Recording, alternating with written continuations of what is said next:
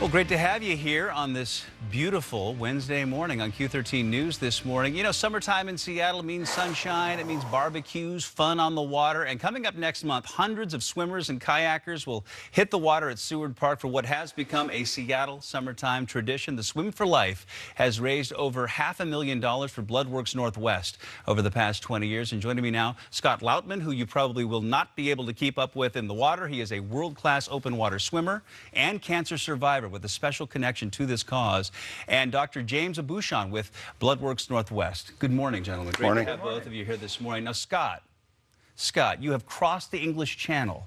You have crossed the Gibraltar Strait. People do this in boats. You did it swimming. People look out at these beautiful views like the Puget Sound. We say, oh, that's a gorgeous view. You're the guy jumping in and swimming it. Why? I've been a lifelong swimmer, competitive swimmer in the area, swam at the UW, and it's just a great way to exercise, and I have a real,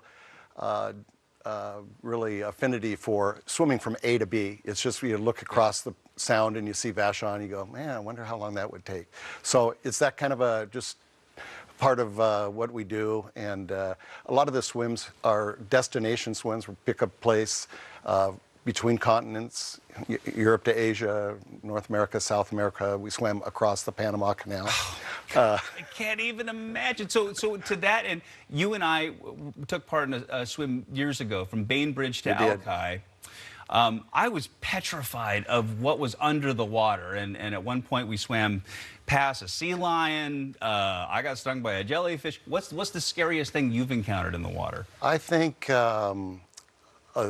a large seal, unexpected. It's fine if you know that they're there and you can see them, but when anything touches you and you're not sure what it is, I'm like everybody else. It's really nerve-wracking. And they're eyeing you suspiciously the whole time, like, what the heck are you thinking about, human?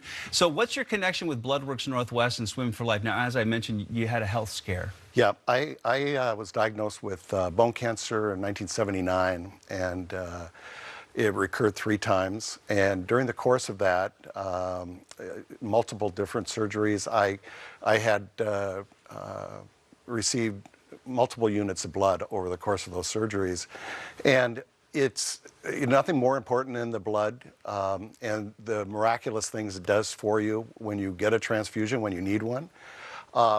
Is one of the reasons. I love helping any way I can with Bloodworks Northwest. But the other thing is, I think nobody expects to need it, most of us. Yeah. And even though it's a long time ago, and the experience stays with me, and I'm just really glad to, help with the Swim for Life and kind of help with the work that Bloodworks Northwest does. Dr. Abushan, Scott's story must be an inspiration to you and a reminder that we all rely on the blood supply. Indeed. All the hospitals in this area rely on Bloodworks Northwest to make sure that they have the blood needed so that patients like Scott can get the life-saving care that they need. In the month of July, we were hoping to attract 10,000 donors so far at this point, and we're 1,000 donors short. Okay. People get busy in the summer. We need their support. We also appreciate the support of swimmers like Scott and the folks who are helping sponsor this year's Swim for Life, Cigna. Cigna is helping as a financial sponsor and also providing some of the volunteers we need to run the event. And summer is typically a time when the blood supply runs a little bit low. And that was just in the news. We were talking about that just a few weeks ago. So why are events like Swim for Life so crucial for you? They bring visibility to the need for blood, and they allow us to inform the community how we use their support in terms of blood donation, but also their financial support. It's very important in keeping our research institute active. And you don't have to be a swimmer. Kayakers welcome as well, and the Swim for Life, in its 20th year now, it's raised over $500,000, as I mentioned. How's that money used? The money is used primarily in support of our research program, but also we have large capital expenses, such as buying bloodmobiles. Those are expensive vehicles, and we need to keep them on the road all the time. I don't know if it's bad form to mention a dude's age, but Scott, you're 64. How long can you do this? What's next for you? I've got a couple things that I have on my list. Cook Strait, North Island to South Island in New Zealand.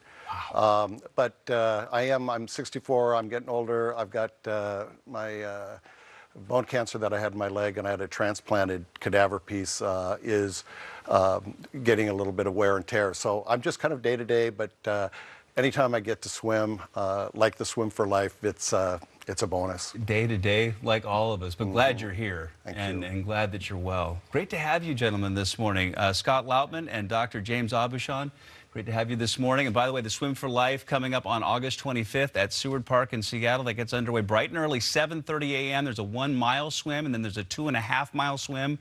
And it's an out and back course, so you can just, park there at Seward Park and you're all good to go. Again, kayakers more than welcome to join in, and to register and more information, you can go to bloodworksnorthwest.org. Casey?